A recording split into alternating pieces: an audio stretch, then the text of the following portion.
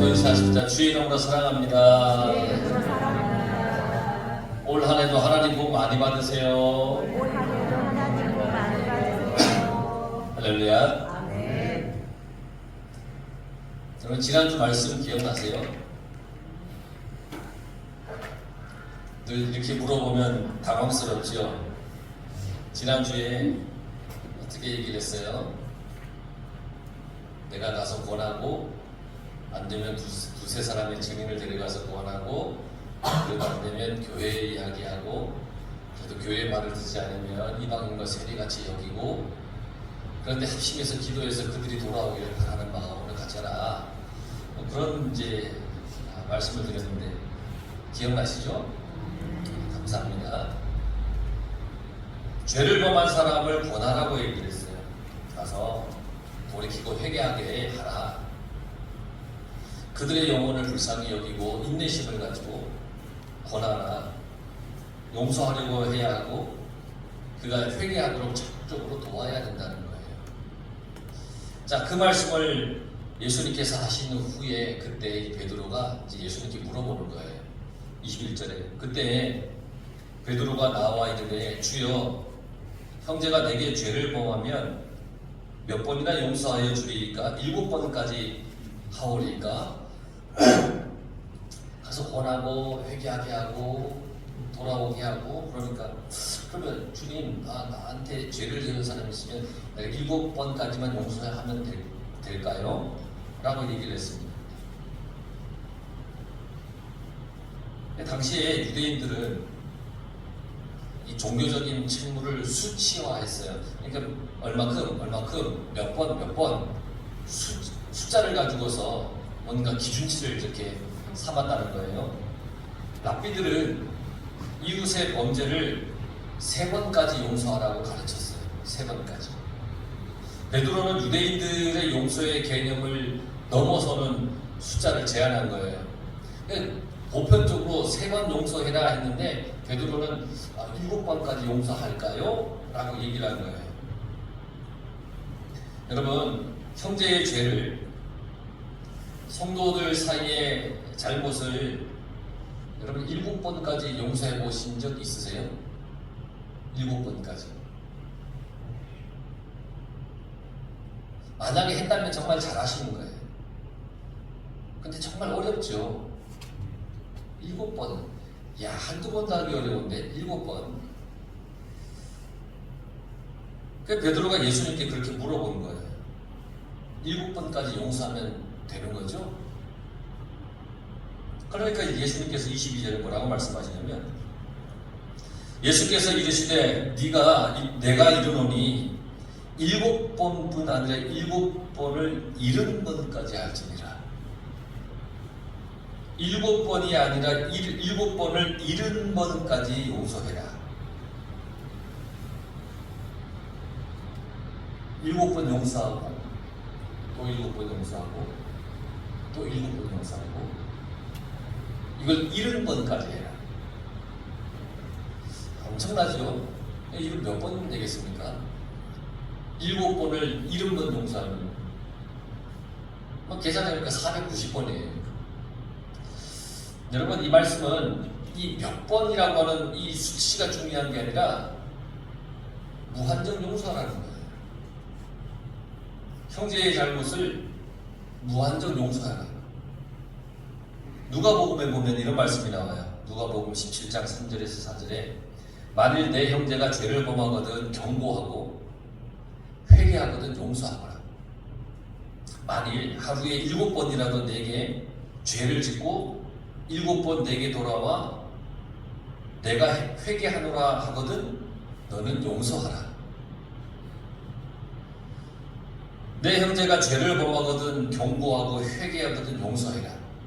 하루에 7번이라도 죄를 짓고 7번 돌아와서 내가 잘못했다고 회개를 하면 용서하라. 누가복음에는 누군가가 나에게 잘못을 저질렀는데 회개하면 용서하라 그렇게 하셨죠. 그런데 마태복음 말씀에는 아무런 조건이 없어요. 예수님은 죄를 지은 사람의 회개 여부에 상관없이 용서하라. 무한정 용서하라. 참 어렵죠. 정말 어려워요. 이런 말씀을 제가 드리지만 저도 너무너무 어려워요. 어떻게 나에게 잘못한 사람을 아무런 조건도 없이 무한정 용서할 수 있을까? 베드로는 큰 마음 먹고 7번 용서하면 됩니까? 라고 물어본 거예요. 큰 마음이잖아요. 그 당시에는 3번이 기준인데, 기준치가 3번인데 2배보다 한 번 더 하는 거예요. 큰 마음 먹고 물어봤어요. 그런데 예수님의 이 말씀을 듣고 엄청 당황했을 거예요. 이 정도면 내가 예수님께 칭찬받겠지. 아마 그런 마음으로 했을 수도 있어요. 근데 예수님은 아니야, 7번에 70번까지라도 해라. 제자들도 이 말씀을 듣고 어떻게 그렇게 하지? 그렇게 서로들 수근수근 거리면서 야, 어떻게 하지? 아마 그랬을 거예요. 아마 여러분들도 지금 속으로 그럴 거예요. 아이, 목사님 무슨 어떻게 그렇게 할 수 있지? 아유, 새해 첫날부터 왜 그러세요? 아유, 그럴지도 몰라요. 예수님은 왜 우리들이 그렇게 해야 하는지, 어떻게 하면 그렇게 할 수 있는지 그걸 우리에게 가르쳐 주셨어요. 23절을 볼까요? 그러므로 천국은 그 종들과 결산하려 하던 어떤 임금과 같으니, 여기 나오는 임금은 하나님이고 결산은 심판의 때예요. 어떻게 보면 이 말씀은 조금 비현실적인 것 같고 좀 과장적인 것 같은데 한번 보실까요? 24절에서 27절. 결산할 때에 10,000달란트 빚진 자 하나를 데려오매 갚을 것이 없는지라 주인이 명하여 그 몸과 아내와 자식들과 모든 소유를 다 팔아 갚게 하라 하니 그 종이 엎드려 절하며 이르되 내게 참으소서 다 갚으리이다 하거늘 그 종의 주인이 불쌍히 여겨 놓아주며 그 빚을 탕감하여 주었더니 10,000달란트, 10,000달란트 빚진 자가 주인 앞에 끌려왔어요. 10,000달란트가 얼마 정도 될까요? 이건 우리가 계산하기도 참 어려워요. 1달란트가 대략 일반 노동자가 300일을 일하는 값이라고 쳐요. 그러니까 1달란트가. 그러면 대략 뭐 공휴일 빼고 못 빼고 1년 내내 일해서 버는 돈이지 않겠어요? 그 10,000달란트면 만일을 일해서 내가 벌 수 있는 돈입니까? 여러분 상상이 되고 계산이 되십니까? 근데 어마어마한 큰 액수입니다. 그 당시 화폐 단위로는 갚을 수 없는 금액이에요. 뭐 그 당시뿐 아니라 오늘날도 갚기가 이러한 빚을 지면 갚는다는 것은 너무너무 어려워요. 근데 여기서 액수가 중요한 것이 아니에요. 이 사람은 주인에게 평생을 갚아도 갚을 수 없는 엄청 큰 빚을 지었다는 거예요. 하나님께서 죄를 지은 인간도 자신의 능력으로는 속죄하는 것이 불가능하다고 하는 말씀입니다. 하나님께 죄를 지은 인간, 자신의 능력으로 속죄하는 게 불가능하다는 거예요. 내가 스스로 내 죄를 속죄하는 게 불가능해요. 당시에는 빚을 갚기 위해서 자신과 아내와 자식들을 노예로 이렇게 팔았어요. 주인은 내 몸과 아내와 자식들과 소유를 다 팔아서 빚을 갚으라 그렇게 얘기를 했어요. 빚을 갚아야 되니까. 이것은 그렇게 해도 갚을 수 없다는 뜻이에요. 자식을, 아내를 노예로 팔고 내가 있는 걸 다 팔아서 갚는다 해도 이걸 갚을 수가 없는 거예요. 그만큼 큰 빚이에요. 그러니까 종이 엎드려서 간청을 합니다. 내게 참으소서 다 갚으리이다. 조금만 참아주십시오. 갚겠습니다. 주인은 불쌍히 여겨서 종을 보내주고 빚을 탕감해 주었습니다. 아니 이 종이 아무리 주인에게 다 갚겠다고 빌린다 할지라도 갚을 수 있습니까? 못 갚습니다. 근데 주인이 이렇게 보니까 이 종이 갚겠다고 하는 그 간청함이 불쌍히 보이는 거예요. 그래서 그 빚을 다 탕감해 주었어요. 갚을 수 없는 액수입니다. 갚겠다고 약속했기 때문에 놓아준 게 아니라 그를 불쌍히 여겼기 때문에 놓아준 겁니다. 그래 언젠가 갚겠지 이런 마음으로 놓아준 게 아니에요. 불쌍해서 놓아준 거예요. 놀라운 일이에요. 종은 빚진 게 이제 하나도 없게 되었어요. 이게 용서이고 하나님의 용서예요. 불쌍히 여긴 거예요. 너가 갚어? 놓아줄게 이게 아니에요. 그냥 다 없이 해준 거예요. 종이 자신의 능력으로 빚을 다 갚은 게 아니에요. 주인이 베푼 자비와 용서로 빚이 없어진 거예요. 이게 하나님의 자비의 은총입니다. 근데 28절에서 30절을 보면 그 종이 나가서 자기에게 100데나리온 빚진 동료 한 사람을 만나 붙들어 목을 잡고 이르되 빚을 갚으라 하매 그 동료가 엎드려 간구하여 이르되 나에게 참아 주소서 갚으리이다 하되 허락하지 아니하고 이에 가서 그가 빚을 갚도록 목에 가두거늘. 이제 이 10,000달란트, 10,000달란트 빚이 탕감된 사람이 이제 주인의 집에서 나와서 이제 이렇게 나왔는데 가다 보니까 자기에게 100데나리온 빚진 사람을 만나게 됐어요. 멱살을 잡고 빚을 갚으라고 했어요. 100데나리온이라고 하는 액수는 10,000달란트에 비하면 아무것도 아닌 액수예요. 100데나리온은 얼마냐면 한 데나리온이 노동자가 하루의 품삯, 그러니까 100일 일해서 벌 수 있는 돈. 자기는 10,000달란트, 10,000년을 일해서 벌어서 갚아야 할 액수니까 여러분 상상이 안 되는 액수잖아요. 그걸 탕감받아 놓고서는 나아가서 자기에게 100데나리온, 자기의 빚에 비하면 아무것도 아닌 그 빚을 지은 사람을 붙잡아서 빚을 갚으라고 다그쳤습니다. 그러니까 이 100데나리온 빚진 자가 애원합니다. 제발 참아주세요. 꼭 갚겠습니다. 자기도 방금 전 주인에게 그렇게 애원하고 부탁을 하고 간청을 했잖아요. 근데 이 사람은 그 동료의 간청을 들어주지 않아요. 빚을 갚도록 아예 감옥에 가두어버려요. 분명 조금 전에 은혜를 받은 사람이에요. 자기 힘으로는 갚을 수 없는 걸 다 탕감받았어요. 그런데 지금 자기 동료의 멱살을 잡고 폭력을 행사합니다. 제발 참아달라는 애원을 무시하고 법정에 고발해서 감옥에 가두어버립니다. 조금 전에 자신도 그렇게 간청하지 않았습니까? 그런데 이 사람은 빚을 탕감받았던 이 사람은 허락지 아니하고 자비를 베풀 마음이 하나도 없었던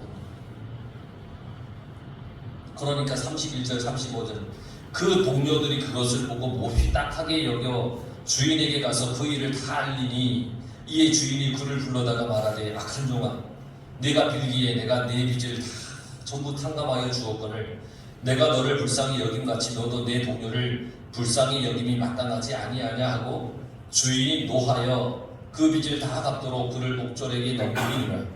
너희가 각각 마음으로부터 형제를 용서하지 아니하면 나의 하늘 아버지께서도 너희에게 이같이 하리라.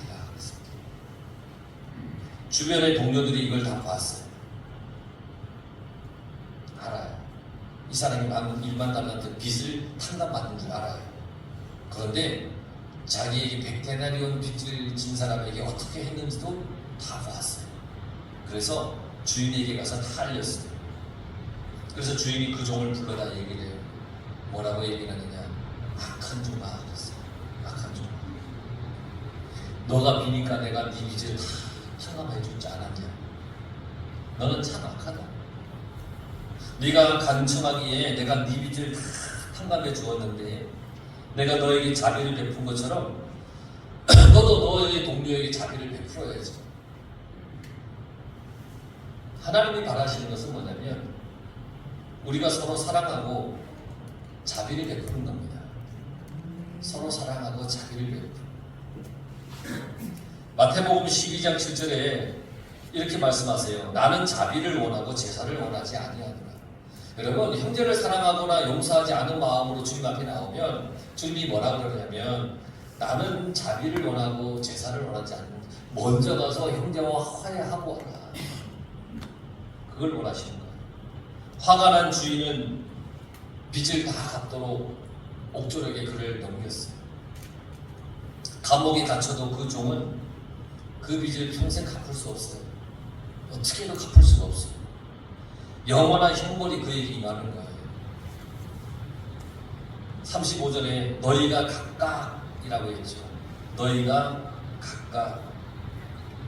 이건 너희 형제끼리 서로, 너의 성도끼리 서로 라는 말이에요. 너희 성도끼리 서로. 여러분, 용서해야 할 사람과 용서를 받아야 할 사람이 따로 있는 게 아니에요. 살다 보면 용서해야 할 때가 있고요. 또 용서를 받아야 할 때도 있어요. 그러니까 누구는 용서해야 될 사람, 누구는 용서받을 사람이 아니에요.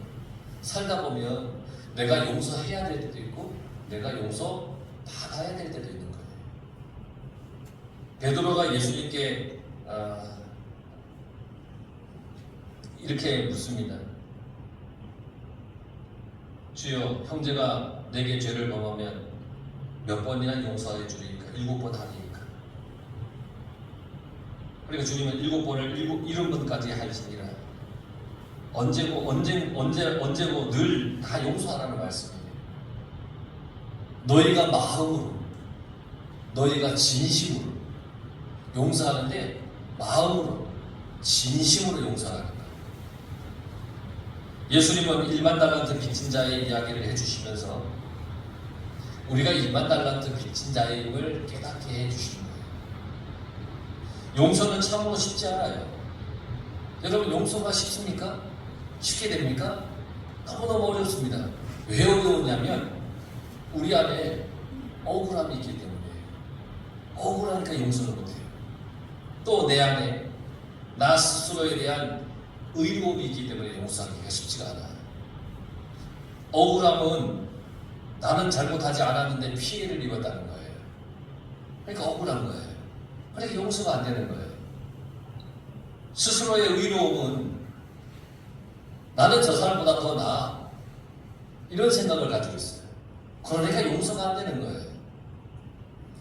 많은 사람들이 이런 억울함과 자기의 의를 가지고 살아요.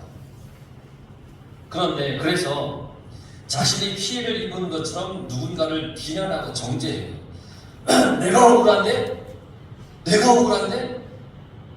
저걸 나쁜 사람이야. 손 죽일 놈이야. 막 이러면서 정죄하고 비난해요. 내가 억울하다고. 자신은 저 사람보다 더 나은 것처럼 용서하지 못하는 거예요. 내가 더 나은데? 그러나 내가 죄인이라는 것을 깨닫는 순간 다른 사람을 향한 비난과 정죄를 내려놓게 됩니다. 내가 죄인이에요. 혹시 가슴 속에 억울함을 가지고 있습니까? 모난이 가슴 속에 막 맺혀 있습니까?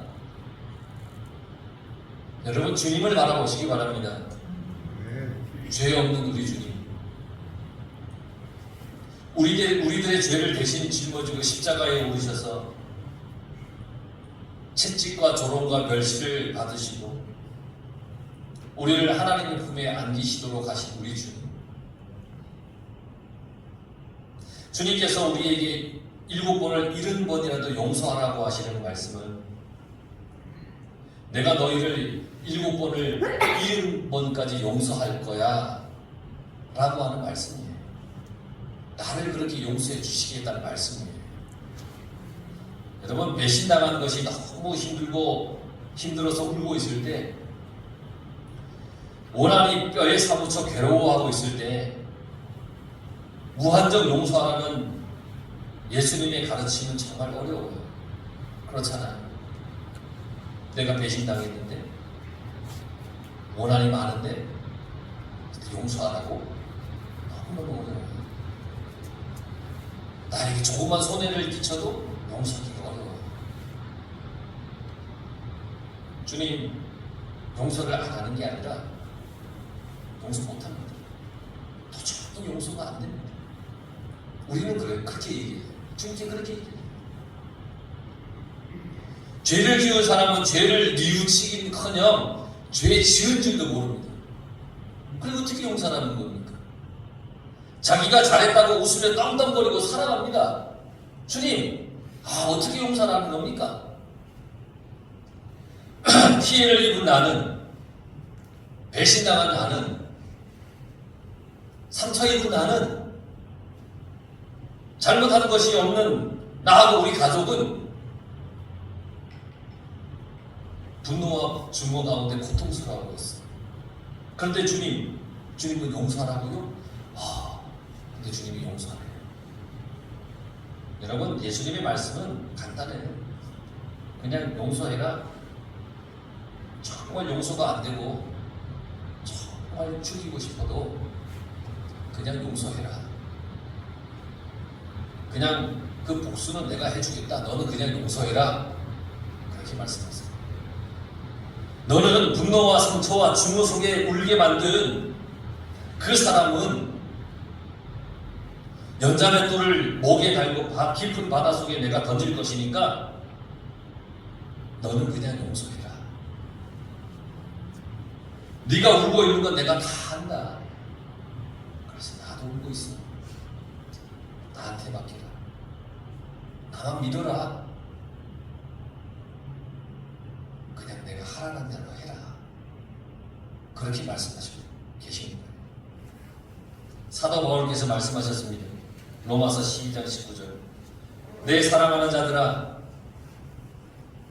너희가 친히 원수를 갚지 말고 하나님의 진노하심에 맡기라. 기록되었으되 원수 갚는 것이 내게 있으니 내가 갚으리라 고 주께서 말씀하십니다. 원수 갚는 것은 누구에게? 주님께 있어요. 우리는 용서하는 거예요. 주님께 다 맡기고. 여러분, 스스로 복수할 생각하지 말고 하나님의 진노에 맡기시기 바랍니다. 우리는 용서하는 거예요. 그래도 마음 한켠에는 또 그러죠. 어떻게 그렇게 할 수 있죠?